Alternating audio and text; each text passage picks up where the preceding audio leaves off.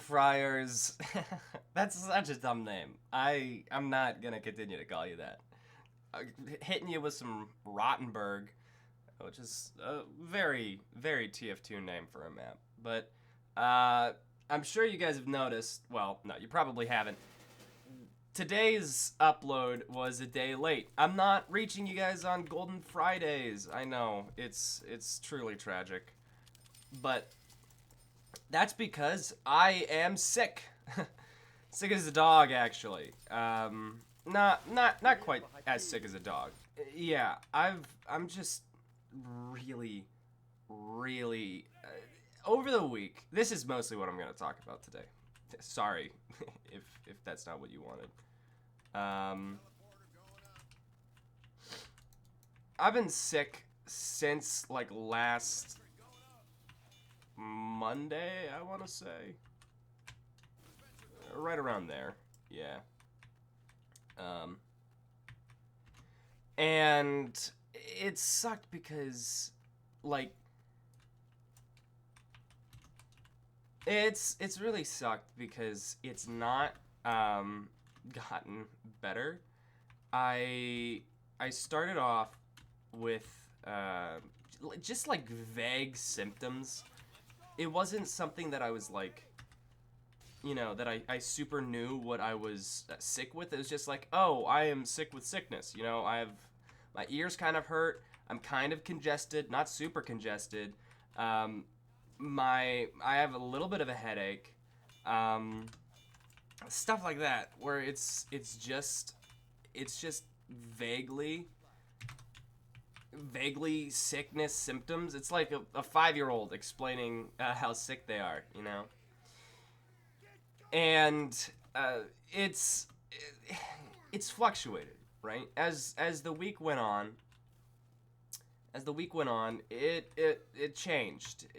The first day, Monday, I wasn't sick at all until I went to the gym. You know, first day back at the gym, and I was doing like a bench press, and I'm like, man, I suddenly feel like crap.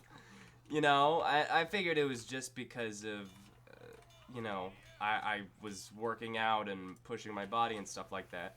And then it didn't go away, which wasn't fun. And Tuesday was miserable. Tuesday was one of the worst days of the week because my head hurt. It was just misery, right? As I went to work and realized, without a doubt, yeah, I'm sick. And so going off of that, Wednesday, you know, I took a bunch of medicine. I was still doing like you know, the grind doesn't stop, guys. The grind doesn't stop even if you're sick. I don't know if you know that. It doesn't. It's something that you have to continuously go at, especially whenever you're an adult and just starting a job. You know, I don't exactly have sick days built up at this job that I've worked at for a little over a month, you know. And so because of that, I didn't want to take a day off. I feel like pretty understandably. You know, I'm just starting off at this job. It's not like I get sick every single month or anything like that. So it was just really unfortunate that I got sick this month out of everything. Especially because I really needed to work on the video, right? Like, I had stuff planned. But thinking about it, that was probably one of the reasons why I got sick. I was really, like, I've been working hard. I feel like I could work harder, but still, that doesn't mean that I have not been working hard, right? And so, you know, keeping that in mind, really didn't want to have to take a day or anything, you know? I still very much so, like, needed to get a lot done. But that, I think, hurt me more than, you know, than, like, I think that mindset ended up causing me a lot more damage than if I had just, you know, thought about it and just actually really took the time to get better and really seriously addressed it. Because, you know, whenever you get sick, you're like, I can go through it. I can power through it. Right? And sometimes that's the case. Sometimes you can just like kind of ignore it. But I found that every time that I even like kind of get sick, I I ignore it because I'm like, oh, I'm familiar with this. I could catch it while it's early. No, no, no, I can't. I cannot. It was not a good. It was not a good time, right? I I was so out of it, you know.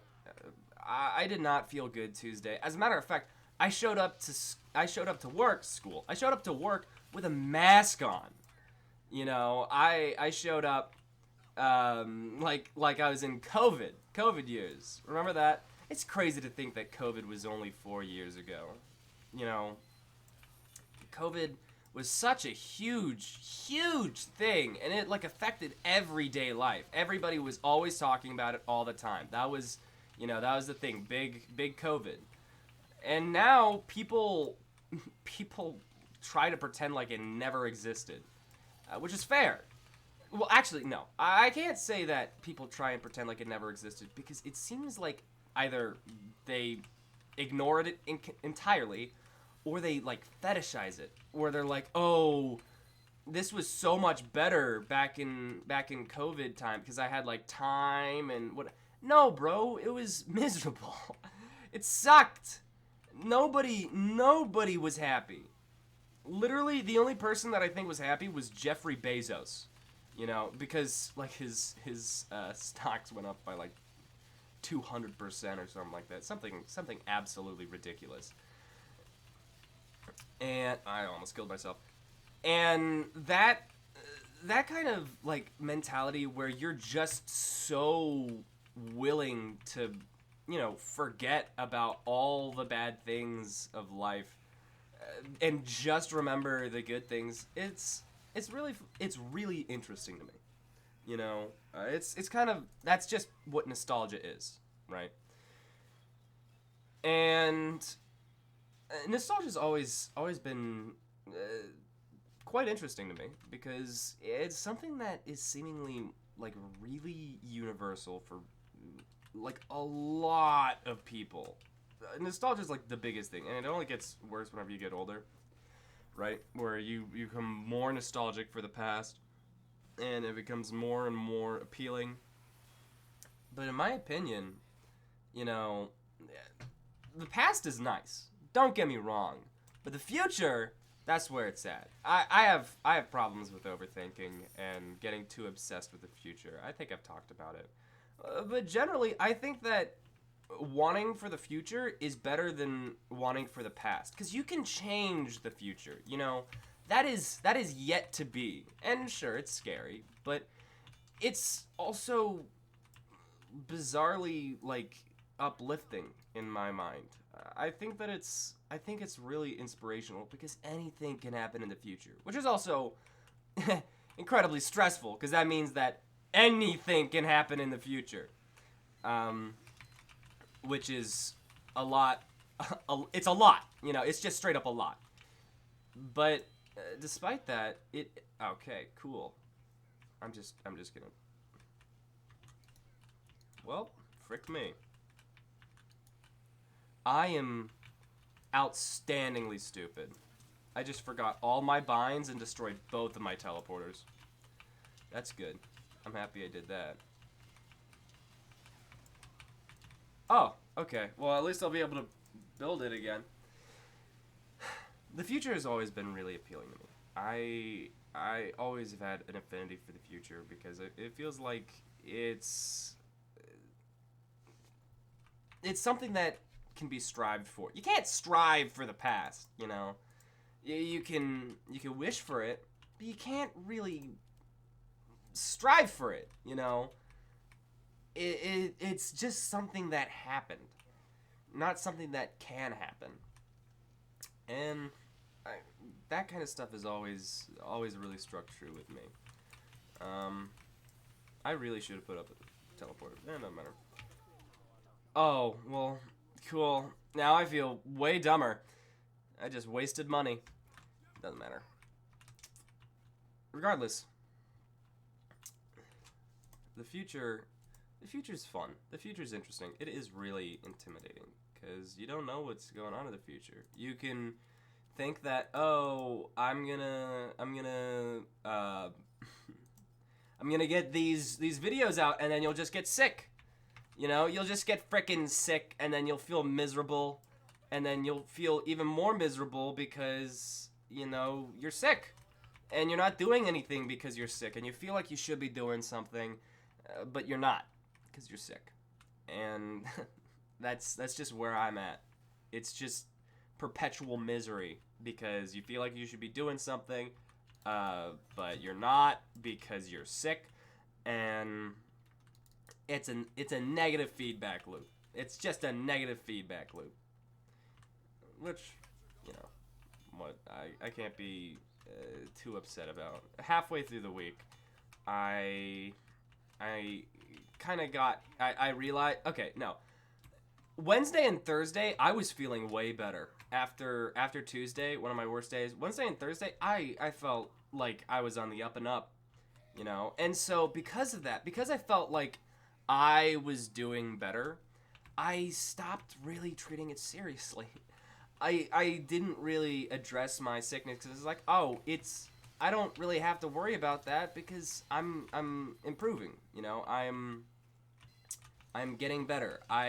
This is not permanent, you know, and I just stopped caring, and I stopped caring really freaking fast, which I shouldn't have done.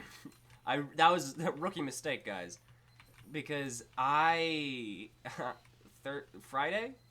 I felt absolutely awful. Like Tuesday and Monday, it was just general sickness. It wasn't something that I knew what I was sick with. But whenever Friday came around, it's strep. I get strep about once a year, so it's not something that I was like, what? But it is still annoying, you know. It's not something that is exactly fun. Strep makes it so that you can't really talk that well, and it was just, it was so not fun. Oh, 2 of them? Okay, that's good. Nope. Ah, well. Genuinely though, what the frick was I talking about? This is gonna get under my skin. I don't like it whenever I just forget stuff, and then I don't know what it is in the future. I'm fine whenever it like comes back to me, but whenever it doesn't, that's annoying. That's annoying. I don't think anybody's actually fond of that, because why would they? Oh boy, I'm so glad that I forgot everything, you know. It doesn't sound like a fun time. Oh yeah. Whenever it comes to sickness, you really have to keep on top of it, you know? And something that I want to get better at is preventative healthcare. You know, I think that if you can stop a problem before it starts, that is generally the better thing to do. It's generally a better thing to do because it might be a little bit more expensive, but you know, broadening the scope from just like sickness, like the flu or whatever, but like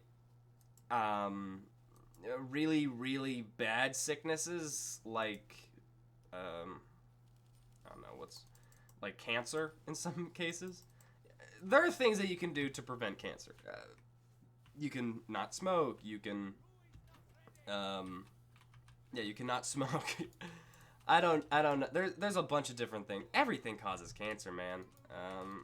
And so it's kind of difficult to avoid it, but we still do. You know, that it's an interesting mindset going into like the inevitable and how people or the unexpected, the uncontrollable, the way that people address the uncontrollable, I think shows a lot about them. Where it's like, oh well, I could, I could, uh, I could not smoke, but also I could, not smoke, be miserable every day, and then still die. I could still get lung cancer just cause they felt my lungs just felt kind of funny that day. And that's true. It's true to an extent. I have met people that, uh-oh, they have been a heavy smoker for their entire life, and they're like 70, and they're still kicking.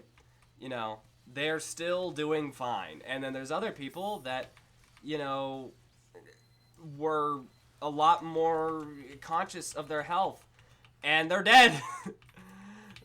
You could get hit by a car any time of the day, and that would be it.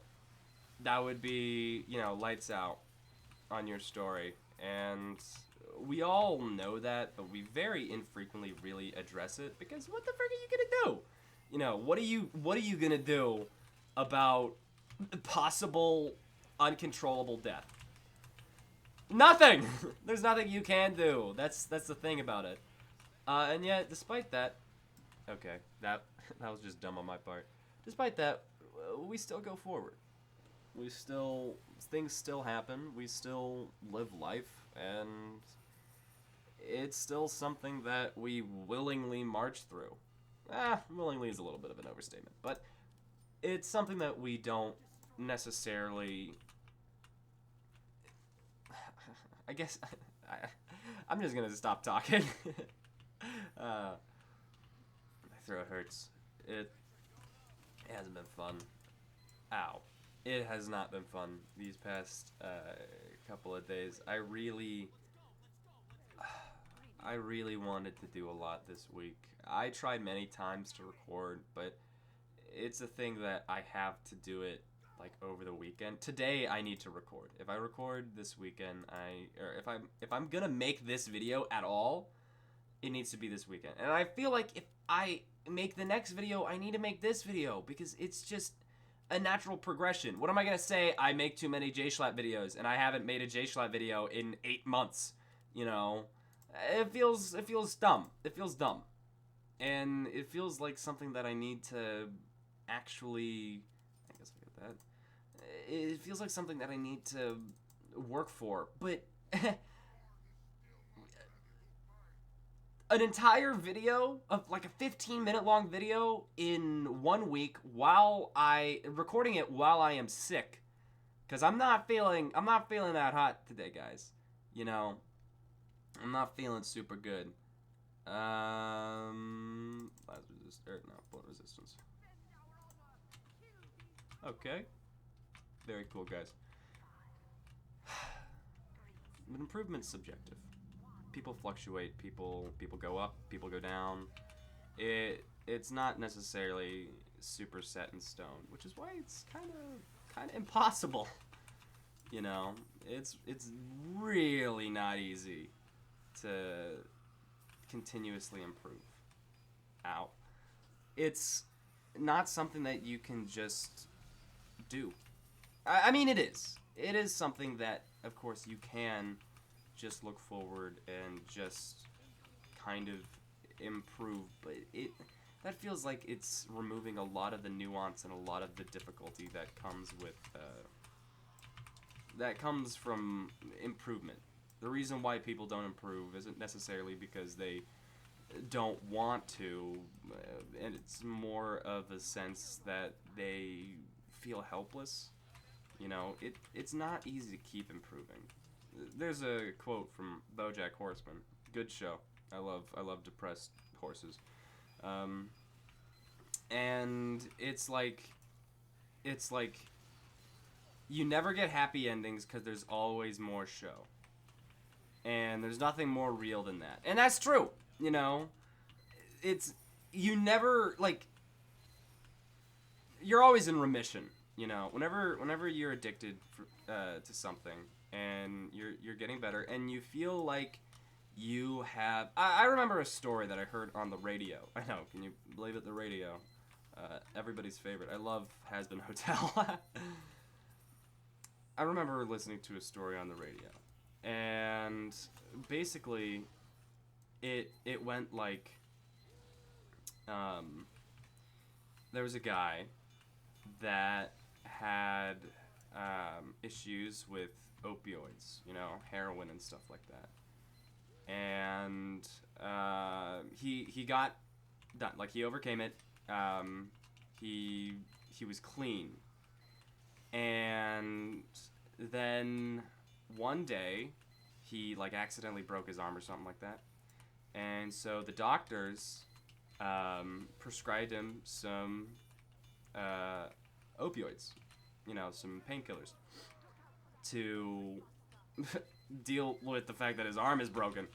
And he took them and he immediately relapsed. I mean, like, it was sad, and he overdosed. He ended up overdosing. And that was it. That was his life. It was something that he thought that he had gotten better at. Came calling again. And whenever you, like, believe yourself to be immune to something, that's typically when you're the most weak to it. Whenever you think that nothing can touch you, then things start to touch you, bro. Not in a creepy way, just in a matter-of-fact way. Things, they don't stop. And that's one of the reasons why I don't smoke or, like, even try weed or anything like that. It's not that I don't think that, like, oh my gosh, that's the second time. It's not that, like, weed or anything like that is, like, super bad for you. There's plenty of health benefits of multiple drugs. But the idea that I have to pay to be happy for the rest of my life, anytime I go into a gas station, I have to fight the urge to not buy cigarettes, I feel like my happiness should be dependent pretty solely on me. That's something that I'm kind of firm about. But I do understand, for some people, it's a comfort thing. They don't really care about, being here for forever.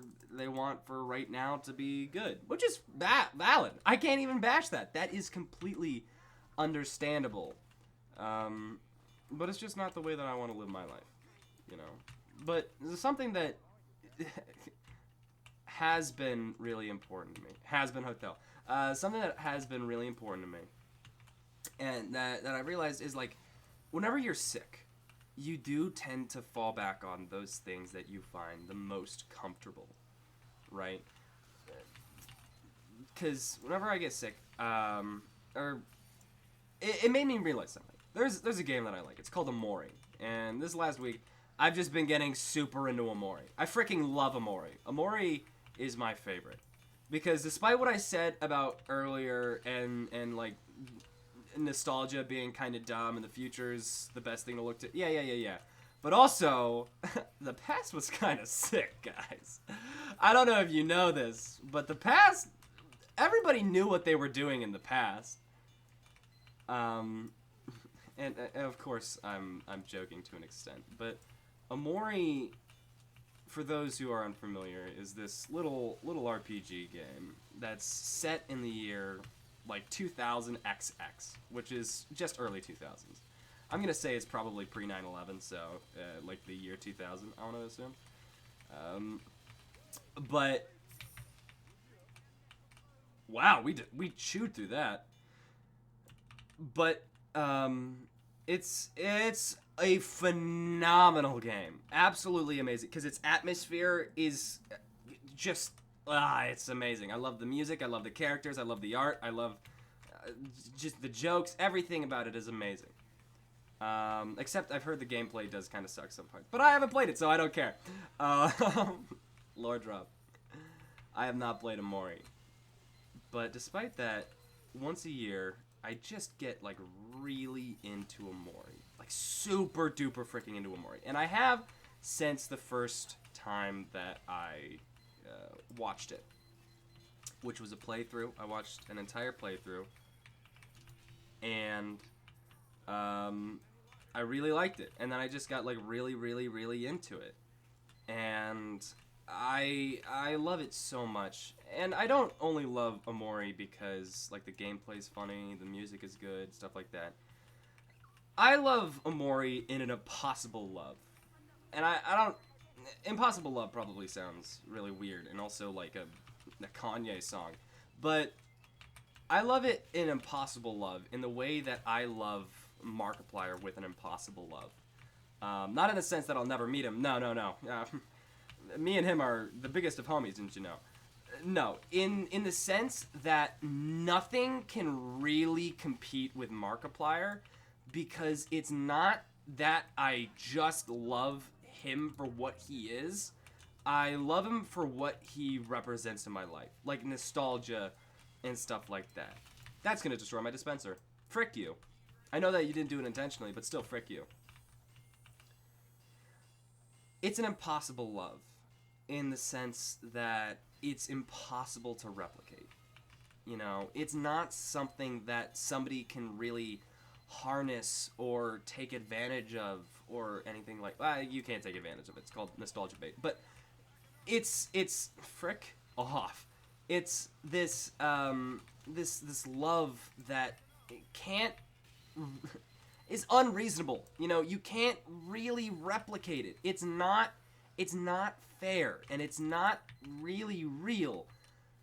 But it's still so warm and comfortable. That's the best thing about Impossible Love, I think. It's comfortable, right? I like Omori because it's based in early 2000s, and while I was born in 2005, so obviously I'm not exactly super privy to the early 2000s. It's just something that I'm so nostalgic for, and it's not something that I can really outright state like, oh, this is what I'm nostalgic for. You know, it's not like that. It is much more of a sense of, like, the ideal, early 2000s, where it's like, I don't know how to explain it. You know, it's not something that is easy to explain because it's not real. It's an idea. Right? It's not real. But it's still something that whenever I think of home.